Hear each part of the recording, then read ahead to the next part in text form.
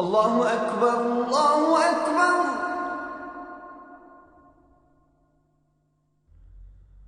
الله أكبر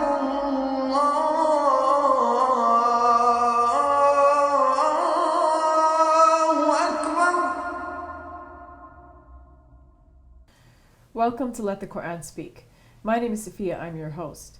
The aim of Let the Quran Speak is to help you gain deeper insights into Muslims and Islam, as it is practiced here and in other parts of the world. In this episode, we'll be looking at the Prophet's night journey. What is the event's significance, and how should Muslims today regard and recognize it? Before we get to that topic, fatherhood in Islam. It will be Father's Day this weekend. It's a day devoted to celebrating and appreciating fathers. The Islamic tradition often stresses the role of mothers, but what of fathers? What sort of role do they play within the family? And who are some notable fathers in our history? Here to discuss fatherhood is Brother Shabir Ali, himself a father. Brother Shabir, President of Let the Quran Speak, welcome. Thank you. So, Islam doesn't seem to emphasize the role of the father. Why do you think that is? Well, it does. It's just that the role of the father is a little bit overshadowed by the emphasis that is placed on the role of the mother. But the Quran does in fact mention one's duty to both parents in several verses of the Quran. وَقَضَى رَبُّكَ أَلَّا تَعْبُدُوا إِلَّا إِيَّاهُ وَبِالْوَالِدَيْنِ إِحْسَانًا. God has enjoined on you to have no other God but Him, and He has enjoined on you kindness to the parents. So both parents are mentioned. Several verses are of the same ilk, and this, of course, reflects back on the Ten Commandments in the Bible, where it says, honor your father and your mother. So, Brother Shabir, what sort of responsibility does the father have within the family itself? As it is mentioned in the Quran, generally parents have the responsibility of bringing up their children according to the teachings of Islam. This is especially highlighted in the 40th chapter of the Quran. And of course, the negative is also shown that sometimes parents take their children away from the path of God. So definitely one has to avoid the negative and emphasize the positive here. In several hadiths reported from the Prophet Muhammad, peace be upon him, it is stressed that the father has the responsibility of educating his children according to the Islamic teachings. It is mentioned, for example, if a father gives a good education or training to his children, he gets more reward than had he been giving charity in the way of God. And another hadith mentions that if a father brings up his daughters and he does not prefer his sons over his daughters, and then eventually he educates the daughters and gets them married, then he and me will be in paradise like this. Mm-hmm. So he and the Prophet Muhammad. Yes. Mm-hmm. So normally when we think of the traditional family structure, we think of the father having the role of bringing home the money, financially supporting the family. But it seems like in the Islamic rendering of the family, the father plays a larger role, I guess a more spiritual role. Yes, it is both. Naturally, in many ancient societies, men were the hunters, and they were eventually the breadwinners of the family. And with that, they also carried a lot of authority and power. But in terms of spirituality, both mothers and fathers have been seen in the Islamic tradition as the well springs of wisdom and of spiritual development for their children.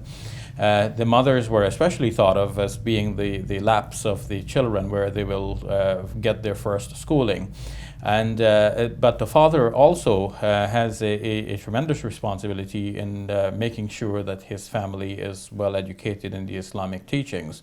A hadith that reflects on this says, every one of you is a shepherd, and he or she will be responsible for his or her flock.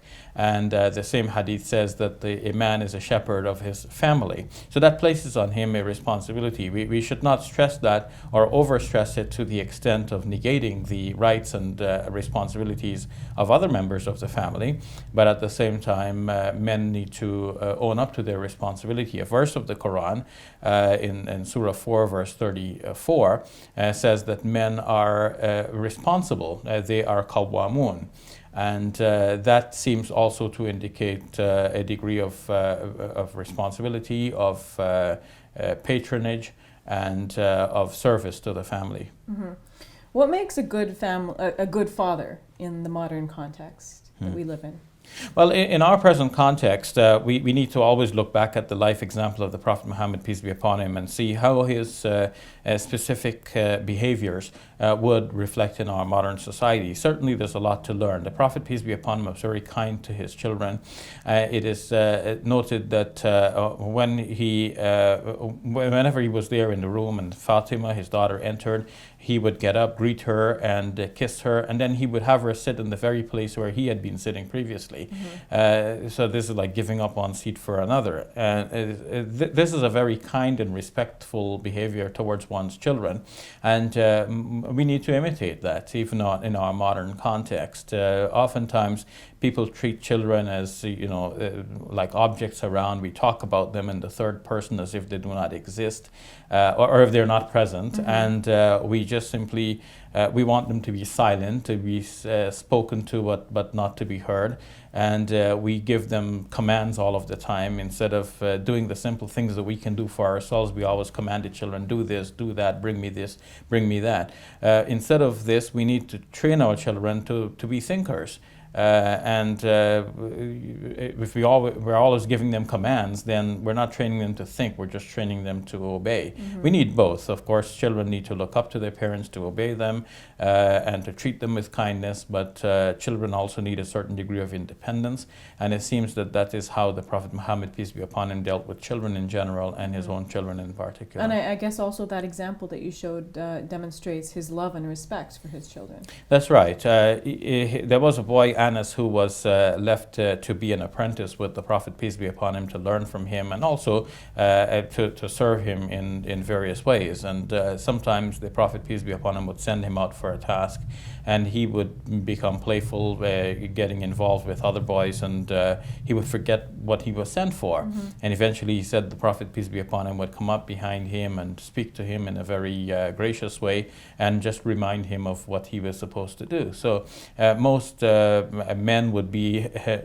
angry in a situation like that. I told you to go and you didn't go. Why are you playing? But the Prophet, peace be upon him, was in fact very kind to children, mm-hmm. Especially to Anas. Mm-hmm. Are there any other notable figures in Islamic history? Abraham comes to mind as a good father. That's right. Abraham is shown in the Islamic tradition, in the Quran, in several places, to be very concerned about his family. To this day, Muslims recite a prayer which was recited by Abraham, which says, God, my Lord, make me one who observes the prayer, and also see to it that my offsprings do also engage in prayer. He prayed for his family to be settled in a region where God's mercy will be with them and the hearts of the people will incline towards them. He prayed for them to be saved by God from turning to deviant paths and to the worship of gods who are not really God. And we see a similar sort of concern in the story of Jacob. Jacob was also a model father shown in the Quranic narrative. Is there any sort of advice that you'd give a father today? Yes, the fathers today need to be aware of the very many challenges that their children face. Children face challenges at school. They face a lot of peer pressure. They need a lot of parental guidance and closeness with the family.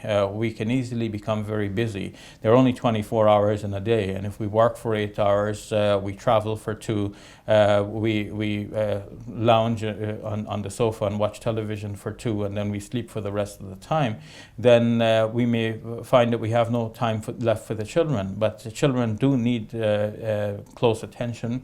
They need friendship and love at home. Parents need to really give that time to their children. Fathers may prefer when they come home from work to just relax on their own, to just wind down at the end of the day, but they have to remember that their children do need their quality time. So they need to sit down, talk to the children, find out how their day went, what are their fears, what are their anxieties, what are their hopes, their dreams, their ambitions, and help them to choose good things in life among the many various options which are available. Find out what sorts of things they're watching, what they're listening to, what sort of parties they go to. And sometimes you have to be there with them to experience what they're experiencing in order to be able to help them to understand how to choose between good and bad.